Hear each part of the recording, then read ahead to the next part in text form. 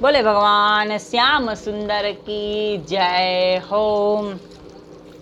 16वां अध्याय पंडितों द्वारा राजा पृथु की जन्म कुंडली का फलादेश का वर्णन करना। मैत्रेय जी बोले, हे विदुर जी, राजा पृथु की भाटों ने निम्न प्रकार से विनंती की, हे पृथ्वीनाथ, आप श्री नारायण जी के अवतार हो, अतः आपकी बढ़ाई श्री नारायण जी के समान है।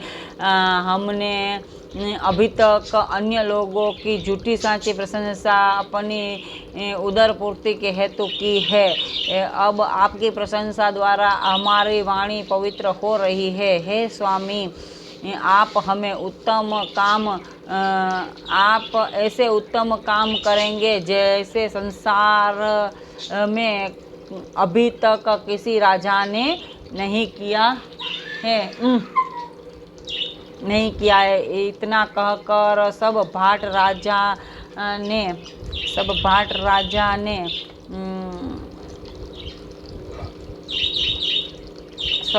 राजा के पुरस्कार लेकर के अपने अपने घर चले गए। उस समय ज्योतिषियों ने राजा पृथु की जन्म पत्रिका फलादेश शुरू किया। उन्होंने कहा कि राजा, आप सातों द्वीपों के राजा होंगे और अपने बहुत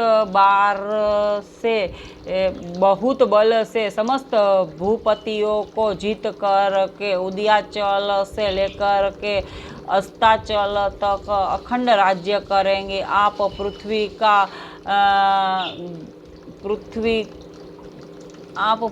का गरु के समान गहू के समान दोह करेंगे तथा उसको अपनी पुत्री वृत्त तथा प्रजा को पुत्र के समान समझेंगे। आप ब्राह्मणों, ऋषि मुनियों एवं साधु संतों को श्री नारायण जी के समान मानेंगे। आप जनता से 8 माह तक का कर लेकर के वर्षा के 4 महीनों में उसे अपनी ओर से भोजन और वस्त्र देंगे। आप बिना अपराध किसी को दंड नहीं देंगे। जब देवराज इंद्र शत्रुतावश आपके राज्य में वर्षा नहीं करेंगे, तब अपनी इच्छा होते ही वर्षा होने लगेगी। आपकी इच्छा होते ही वर्षा होने लग जाएगी। जब आप 100 अश्वमेध यज्ञ करेंगे, उस समय आप के 99 यज्ञ तो संपन्न हो जाएंगे, परंतु 100वां यज्ञ प्रारंभ करोगे तब देवराज इंद्र अपना इंद्रासन छीन जाने के डर से सन्यासी का वेश रखकर यज्ञ में श्याम कर्ण घोड़े को चुरा ले जाएंगे। उस समय आपका पुत्र उस घोड़े को छुड़ा लाएगा।